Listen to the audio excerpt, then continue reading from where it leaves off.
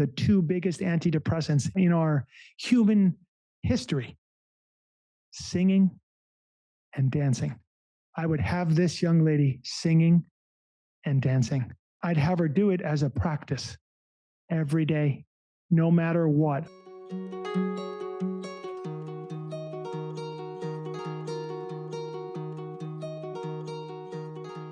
I have kind of a big question. So, one of my closest friends, she's one of my best friends. So, she has a daughter who is really struggling right now. My question to you, and I can give you a little back history on it, is do you have any suggestions or advice on how to help a young adult, say someone who's in their early 20s, that's struggling with deep depression?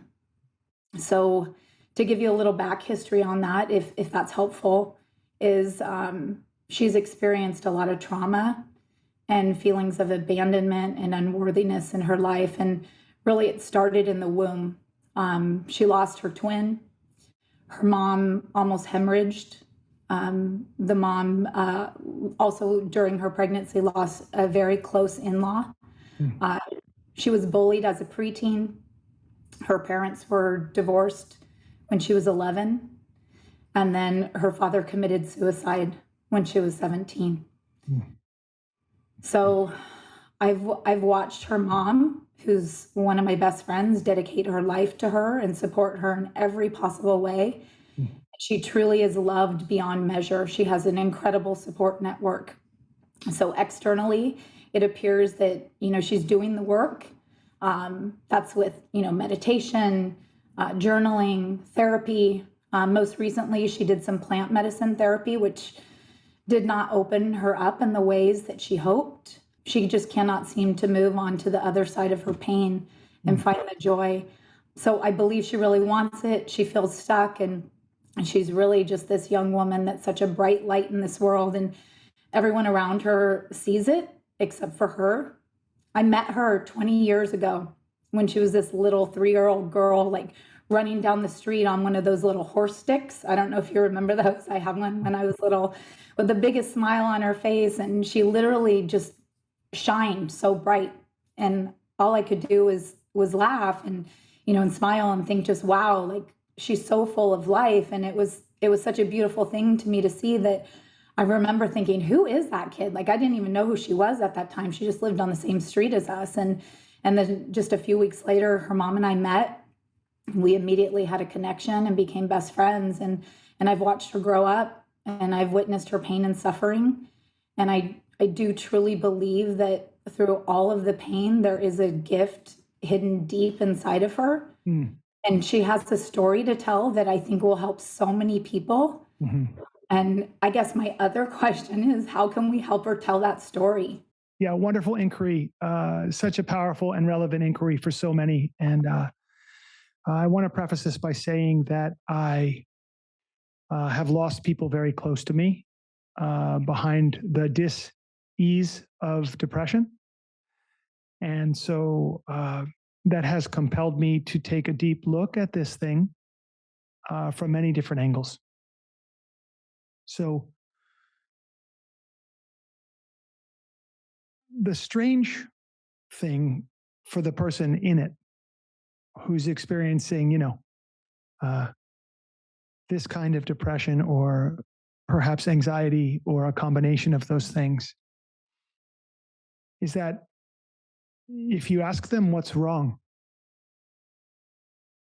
they could recount to you plot points from their life of, like you described, terrible things that have taken place, which would be difficult for anyone to manage. But in the moment, they don't know necessarily what's wrong. It's like the itch that you can never scratch. This is depression. And so the way I'm looking at it is I'm looking at it in a sort of a stratified layers of experience. Layer upon layer upon layer upon layer. You spoke about this beginning all the way back in the womb, losing a twin. So let's say that's a wounding experience. that obviously precognitive, before language, before um, understanding, but it leaves a impression. It's like a core thing. You could say the most core just in terms of the timing, literally before even one's born. And then there's reaction and experience to that. There's being born into the world and the different layers and the strata of experience of difficulty and challenge, and reaction to the difficulty and challenge. You mentioned, of course, this beautiful, vibrant, radiant 3-year-old girl that you had met. When you met that 3-year-old girl, you would not have thought, my goodness, what a traumatized person. You wouldn't have thought that. That was not what was displaying outwardly. So between then and now, layers of difficulty, confusion, pain, not knowing what to do, not knowing how to manage difficult emotions, not knowing how to make sense of the things that have happened. Let's say the most severe, most perhaps painful and difficult thing in recent history has been the loss of her father at 17 years old, who's taken his own life. So we could begin to work backwards from that experience. And I would be asking myself a couple of things. I'm thinking about grief and loss and the appropriate expression. Expression is going to be a really important word here in a minute, but the appropriate release, processing, the experiencing fully of that grief and that loss. The interesting thing about grief and loss is that when it's not processed fully, and sometimes before it's processed fully, it relates to something previous. That's to say, there's an attachment. So the event, as challenging, traumatic, difficult, tragic, painful as that event is of losing a father, or losing anyone you care about who takes their own life, can be attached to something that came before it, and therefore trigger and remind a person of a pain so deep, so ancient, can't remember when, can't remember what, don't know exactly, but something's terribly wrong. And there's this intense pre-verbal, right? You can't voice it. You can't express it because you yourself don't know exactly its origin. If you had to put this into words, it would sound like perhaps like a guttural scream. And maybe that guttural scream would go on for a while. So the directive with grief and loss is one thing at a time, to be able to feel what's coming, to be able to really grieve the multiple things that have taken place which require grief. The feeling of that. Grief is interesting because it comes in waves. It is an energy, very, very powerful energy. And when we're in it, when the wave is coming, we can feel like we're going to be swallowed up in it. It can feel like we're going to die. We cannot survive it. And sometimes we will shut that down as a life-preserving effort to put a governor on the intensity of the emotion. So over time, we want to grieve fully and express to ourself, to our community, to our family, and to God that something valuable has been lost. And that's incredibly sad and incredibly difficult. And for somebody who has faced the kinds of challenges that you're describing, this young lady has faced in her life, there would be a lot of grief there.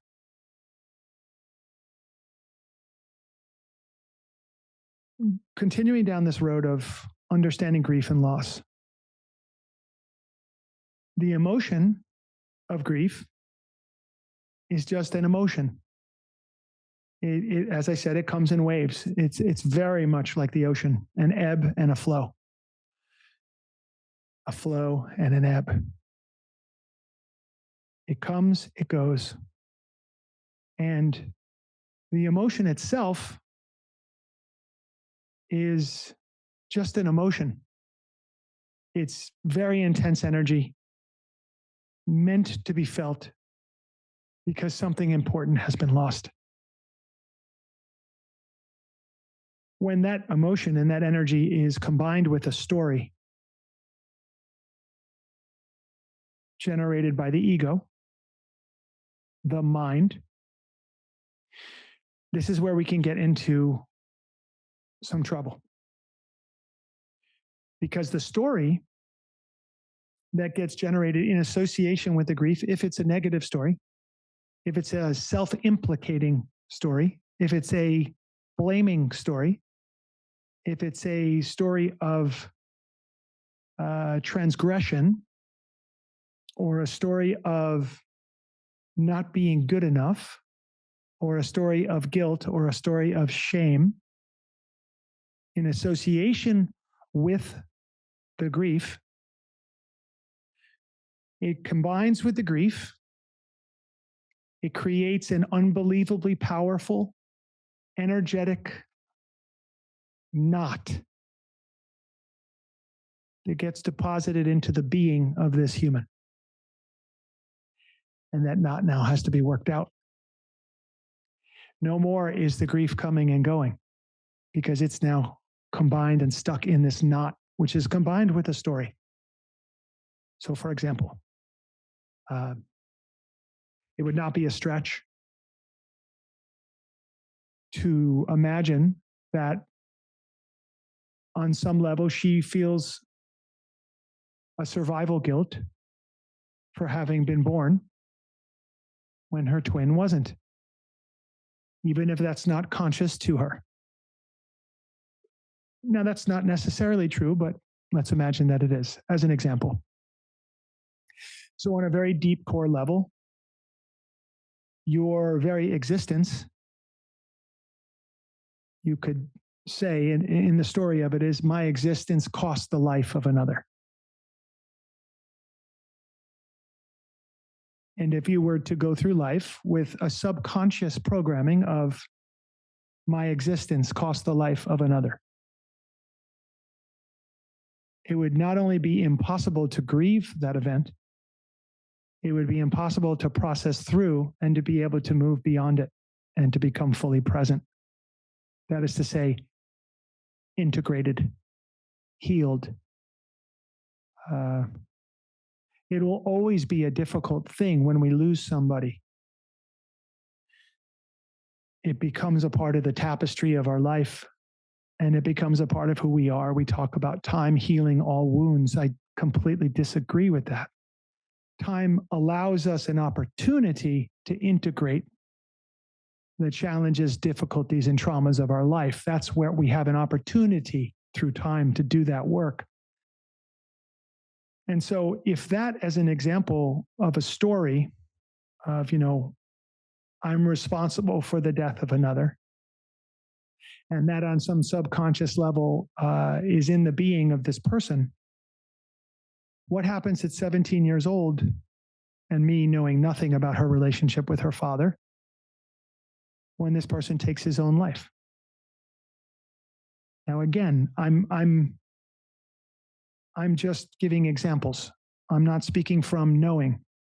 I'm speaking from understanding psychology and imagining that if you had a subconscious driver, a story that was, my existence cost the life of another, and then you lose your father who takes his own life, you can understand how that would be an epically triggering event for someone who hadn't been able to resolve and integrate the first event. Never mind all the other things that you mentioned that took place through this person's childhood and the complexity of any of us as human beings get worked into this. But you see, we're talking about a knot, the itch that can't be scratched.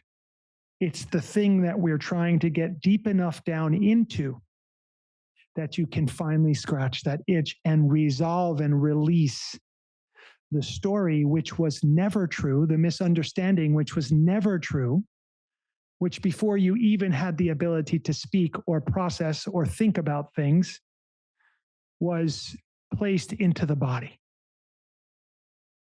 and became a part of the difficulty of being you.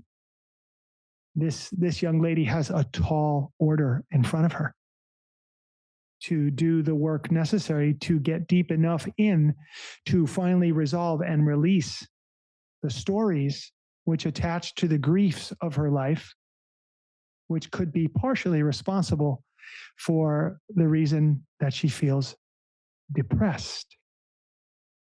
Now, I spoke a moment ago about this word expression, and I said it was an important word, very important word here. So let's look at depression from a variety of perspectives, not just a medical perspective of depression is brain-related disorder, chemistry imbalance, and these kinds of ideas. I'm not refuting any of these ideas. I'm asking us to look at depression from a different perspective and see if it's helpful. Is that okay? Can we do that? Yeah? Okay. So I think of the word repression. Repression. To press down. Suppression. To prevent from releasing. So you have repression, you have suppression. And when you have those things going on, you have a lack of expression. A lack of expression. I think when we think of that, maybe we think of the idea of expressing ourselves verbally, like a verbal expression. I have something I need to say. And that is one element of expression. Expression is energetic. It's how we express ourselves, our joy, our pain, our challenge, our love, our connection, our disconnection, how we express in the world, our anger, our resentment. And if you are repressed, and we don't know we're doing this, this is not above the line of consciousness. This is below, subconscious. If we repress, because we perceive the story is too painful to be beheld, I can't do it, repress. And we suppress, we don't let it out. And then we are not able to express. We're not able to express in an authentic way. And when we're not able to express in an authentic way, we become depressed. As a clinical thing, state of being. And that depression requires this release. We have to find a way to express what has happened. We have to find a way to express our pain, our guilt, our shame. We have to scream. We have to yell. We have to express in whatever way is appropriate to express what took place. And it isn't a moment in time where you walk into a therapy session on a Thursday and boom, we're going to do our expression work today, and it's done. No, this is her work, or my work, or your work, just one day at a time, every day, for precisely the rest of your life. That's what this is. This is an understanding of the human condition, of the layering, of the emotion, of the stuckness, of the knots.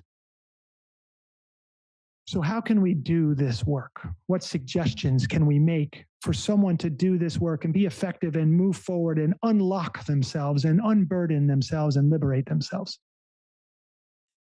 We have a couple of amazing tools at our disposal. I'll start with maybe some of the less obvious tools, and then we'll come to the most obvious tools. The least obvious tool, I think, is because people still don't fully understand yoga, the practice of yoga and breath. That if we want to unlock our energy body, our emotional body, we're going to find out that we also have to work with the physical body, and that working the physical body in certain ways, certain postures, certain sequences of postures, different kinds of breath work, and meditation, of course, to see what's coming up, to see what's here, to be able to really see deeply beyond the misperception and the attachments that we all have to our thinking on some level, to be able to take a step back and say, oh, wow, I feel so sad. Now, without any judgment, I wonder why that is. Where is that coming from? And to begin to work in this meditative way with oneself, in addition to working with counselors and working with teachers and working with these other practices of yoga and breath work.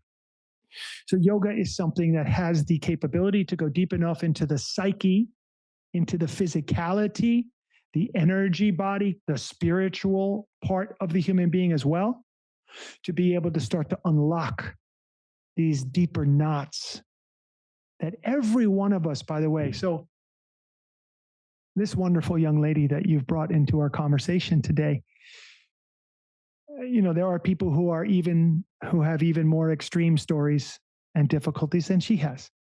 And there are people who have less difficulty and less extreme challenges than she has had. But every single one of us, being subject to the human condition, we feel beset by challenges of being a human being. We all do. So each of us has our version of this. We all have our relationships with our parents and the challenges and the joys of those. We have our relationship with this body and the challenges and the joy of that. The way we relate to each other and all of our relationships and the challenges and joy of that. The way we feel creative or stuck, the way we feel spontaneous or cornered or imprisoned in something that we've chosen for ourselves.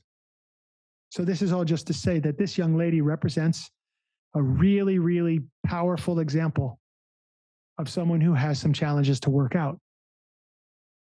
If she were sitting in front of me right now, I would say, you are a really powerful example of someone who has some challenges to work out. And you can. And it's going to take some vigilance.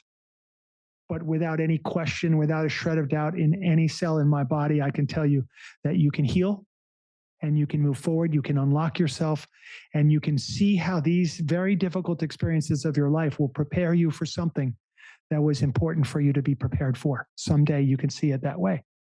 Maybe not today, but that's okay. So yoga, meditation, breath work, really, really, really, really important here. Now, the most obvious, this is important. And the first thing that I would have this young lady doing, without question, is I would have her do the two things which are as long as human beings have been alive, these have been the two things that are the greatest antidepressants that we have. They release suppression. They allow the release of old stuck emotion. They bring us into the present.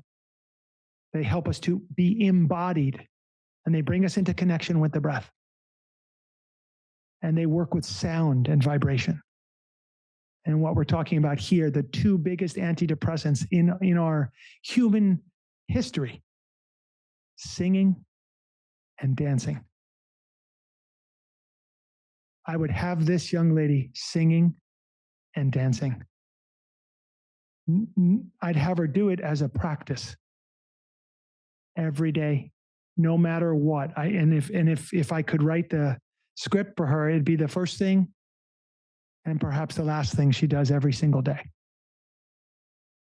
At first, people who are struggling with depression do not desire to sing and dance. It is an effort.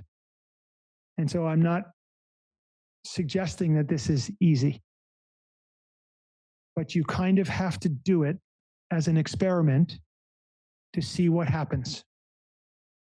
And the first day might not be your best day ever. And the third day and the 10th day and the 50th day and whatever day, somewhere in there, your heart's going to open. It's going to crack open. And you're going to start to feel some things. And the laughter may come. And the tears for sure are coming. And it won't be associated to any particular thing necessarily. It may not be associated to any particular memory. It will just be pure emotion and release. Because singing is expression. Dancing is expression. Moving the body, moving the stuckness in the body, making it a practice.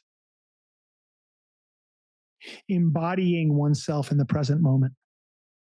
Getting out of the head, out of the story, down into the body, into the soma, into this mechanism that wants to heal itself and knows how to heal itself, but it gets blocked. And these blocks need to be removed. So yoga, meditation, breath work, singing and dancing. Sing anything that makes you feel good. Anything that uplifts you. Dance to any music that moves your spirit and soul. And do it intentionally as a practice. And if you desire, bring other people into it, or it can be just you. But really, really start to realize like this is a pathway to my healing. That I have been in some way repressed, in some way suppressed, and I'm feeling depressed. And now what I'm going to do is remove the blocks, remove the knots in the body, in the energy body, and in the mind. And I'm going to do it by enjoying myself singing and dancing. What an incredible thing. I'm quite sure that when we talk about healing depression in our society, we think it has to be some serious, dour, intense. I'm going to have a pillow and scream into the pillow for 20 minutes, and I'm going to completely collapse in my misery and my exhaustion. Yeah, that could be part of the process. But what about just dig into your joy?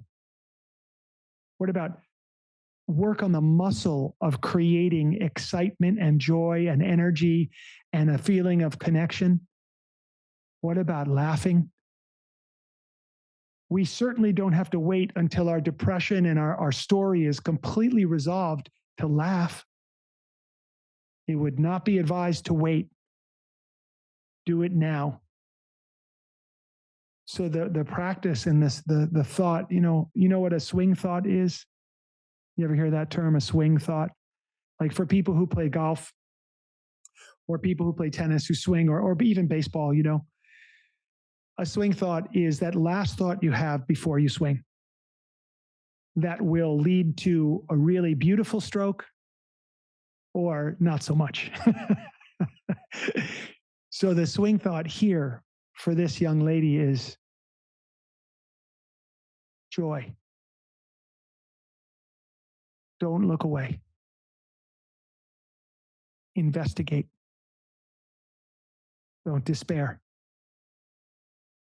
Surround yourself with love. Surround yourself with Post-it notes all over your room, your mirror, your bathroom. Remind yourself of what you're doing. Remind yourself that you've been given a difficult task, but that you're up to the task. Remind yourself every day. In the most difficult days, look at those notes. And even though you don't want to, it's the last thing you want to do. Go out and sing and go out and dance. Practice your yoga. Practice your breath. Eat something beautiful for your body. And that's another piece, is the diet is so important here. The diet is so important here when we talk about depression. So often families will come and say, my son or my daughter, cousins, aunts, uncles, struggling with depression, struggling with addiction, and I'll say, well, can you tell me what they're eating? And honestly, people get upset at the question. What does that have to do with anything? They will ask me. And I'll say, well, it has to do with everything. It has to do with everything. So let's take a look at what is in this young lady's gut biome. What does she eat? Is she nourished? Is she hydrated? People who are depressed don't tend to take care of themselves. And so the taking care of oneself can shift a person out of that depression. The breath also, and that breath work is going to be key. So I cannot overstate for people the importance of taking a good look at your diet. Are you eating for stimulation? Are you eating for sedation? Or are you eating really well for energy to fuel your mind and body so that you can be effective in this world? Someone who's dealing with depression, I'd really want to help them with their insulin balance, their blood sugar level, really important. We shouldn't overlook these things. These are part of the science of understanding the human being. And then finally, the last part of this, there's actually three more things. One, very quickly, cardiovascular exercise. Why? I'm going to speak to you energetically now. Some people will hear this who are from a science background and they're going to just think this is nonsense. They don't think in or see things in the way that I do, and that's okay. So that's my disclaimer. One of the places we carry grief in the body is right behind the heart and lungs in the back. Keep it right there, right behind the heart and lungs. And so I like to really, really exercise the heart and the lungs and start to move that area of the body and really keep processing and keep moving the body so that you can really keep working that cardiovascular muscle, if you will. Secondly, nature. The power of nature. Immersions in nature. Getting away from this thing here. Getting away from this thing called the smartphone. Turns out it's not so smart in so many ways. So taking time to immerse ourselves in the forest, in the mountains, in the ocean, and being able to get outside. There is a power in connecting with the planet. There's a reason we all feel that. So one of the great morning practices and evening practices, I call them a sadhana practice. Sadhana is just a word meaning spiritual practice. One of the great spiritual practices is for 40 days straight, see the sunrise and see the sunset. And people will hear that suggestion and think, well, that's just ridiculous, Tommy. And I'm like, really? You really think so? Have you ever done it? Well, no, but I don't do it because it's ridiculous.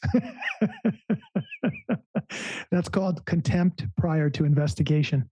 So I would say investigate for yourself and then come back to me after 40 days and tell me if it was a worthwhile endeavor for you to wake up and to see the sunrise each day and to be in tune with it, and you see the sunset each day before you go to bed. So this is another wonderful, wonderful practice, and it's putting us back in tune with nature. Immersing with people. So it's good with addiction. We call addiction the disease of isolation. Certainly true with depression as well. So coming out of isolation and into connection with community is going to be a great thing. Again, the last thing that people who are depressed want to do, but we make ourselves do it. So getting onto a retreat, a yoga retreat, a meditation retreat, a breathwork retreat, an art retreat, a music retreat, a hiking retreat, an immersion in nature retreat, whatever it is, put yourself out there, change things up, move the body. Stimulate the mind, direct yourself towards these great things. And then finally, the last one.